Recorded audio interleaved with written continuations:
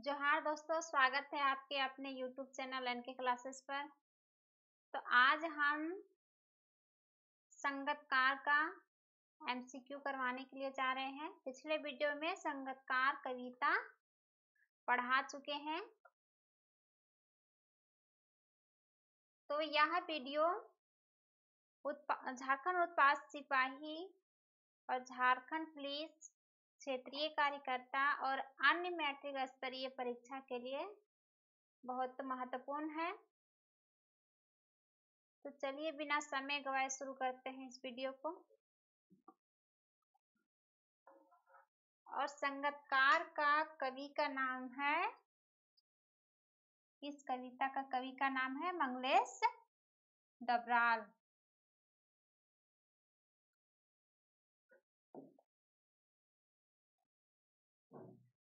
पहले जानेंगे कि मंगलेश डबराल का जन्म कब हुआ था। मंगलेश डबराल का जन्म कब हुआ था? 1918 में, 1948 ईस्वी में, 1936 में, 1926 में। उनका जन्म 1948 ईस्वी में हुआ था। मंगलेश डबराल का जन्म कहाँ हुआ था?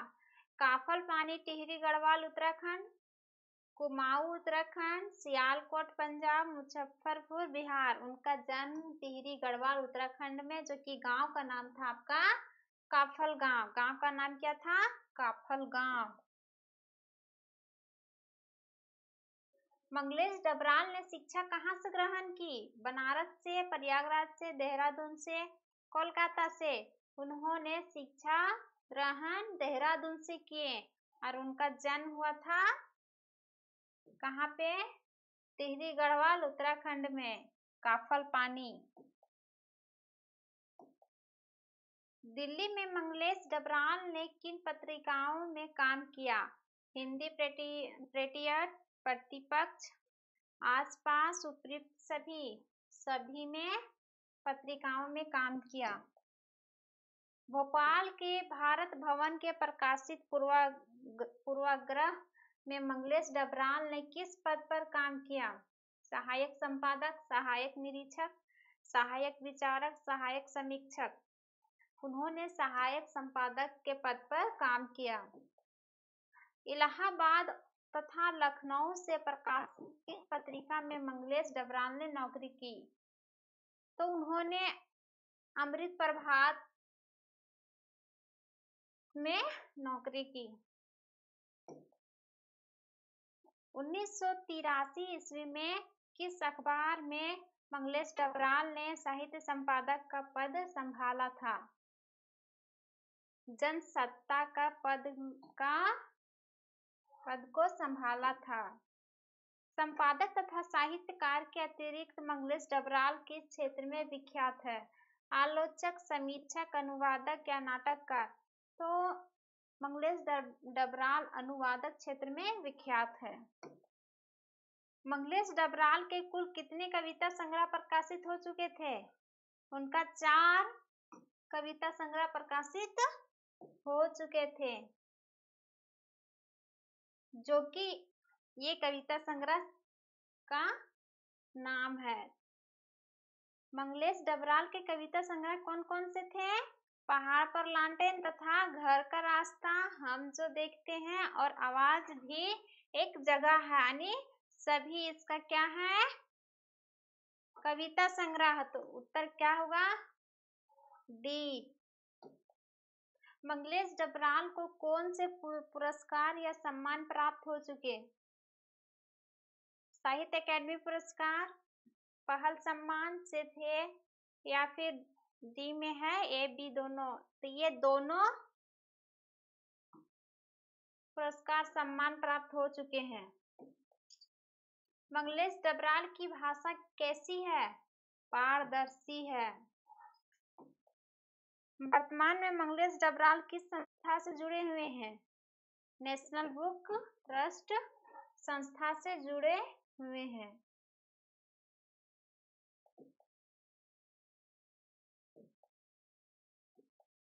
गायन में मुख्य गायक का साथ कौन देता है?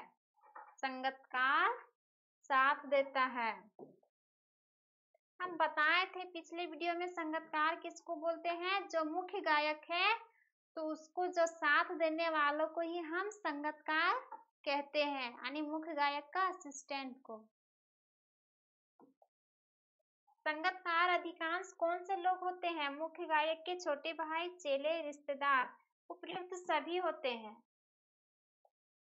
गायक के बचपन का साथी कौन होता है, संगीतकार, गायक या गायिका, ये संगीतकार साथी होता है।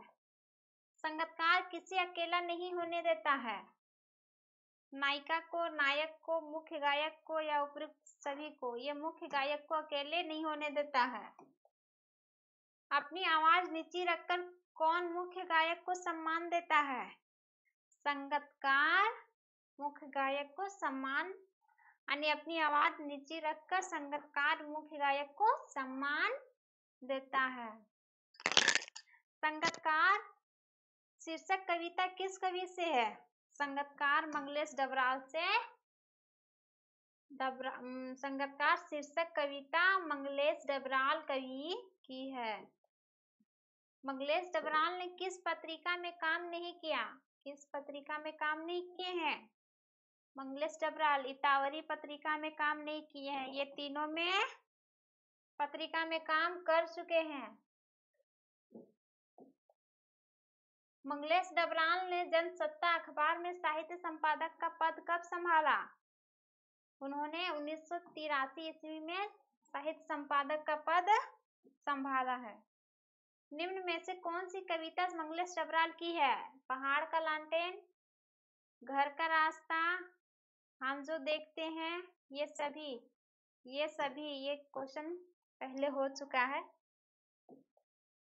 संगीतकार शब्द का प्रतीकार्थ है सहयोगी, संग चलने वाला, उपदेश श्रोता, उपयुक्त में से कोई नहीं, यानी सहयोगी होगा इसका आंसर, सहयोग देने वाला।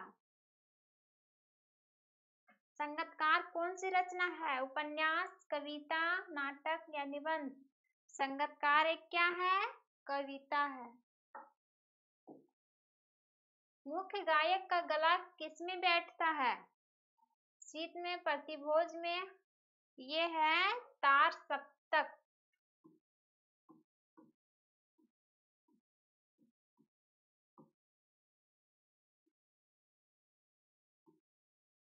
तार सप्तक और रोग, तो मुख्य गायक का गला तार सप्तक में बैठता है। नौसिखिया किसे कहते हैं, जिसने अभी सीखना आरंभ किया हो, नया काम सिखाने वाला, नो बात तो जानने वाला, नई शिक्षा।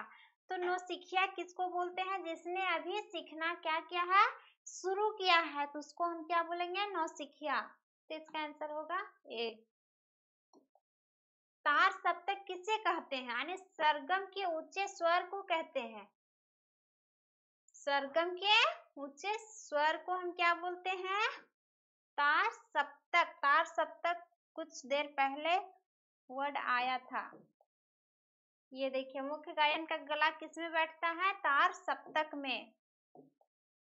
तो मुख्य गायक का गला तार सप्तक यानी सरगम के ऊंचे स्वर में गला बैठता है, वही क्वेश्चन बताया गया था। संगीतकार के धीमे स्वर में क्या निहित रहती है, प्रेरणा, पीड़ा, मनुष्यता या विफलता। धीरे स्वर में क्या निहित रहती है, मनुष्यता। मनुष्यता का अर्थ होता है भलाई की भावना। राग का अर्थ क्या होता है, ताल, लय, स्वर, दोनों या कोई नहीं। राग का अर्थ होता है दोनों, ताल और लय, स्वर। किसकी आवाज को कमजोर एवं कांपती हुई बताया गया है, मुख्य गायक की, गीत लेखन की, संगीतकार की या श्रोता की। ये संगीतकार की बताया गया है। मुख्य गायक के भारी स्वर का उपमान क्या है, झील, समुद्र, चट्टान, स्वरबोध। तो मुख्य गायक के भारी स्वर का उपमान चट्टान है। मुख्य गायक की आवाज कैसी है, मीठी, कोमल, कड़क तथा गरजदार। थकी हुई गायिका कड़क तथा गरजदार है। किसको स्वर भूलने के पश्चात अपने बचपन की याद आती है? संगीतकार, नृत्यांगना, गायक, इनमें से कोई नहीं। ये होगा इसका आंसर सी। तो ये था आपका एमसीक्यू।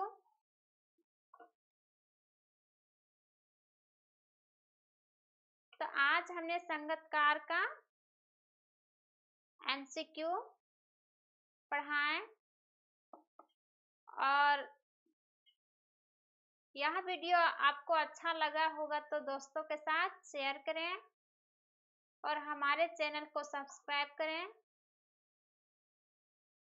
मिलते हैं अगले वीडियो में और एक नए टॉपिक के साथ। Thank you.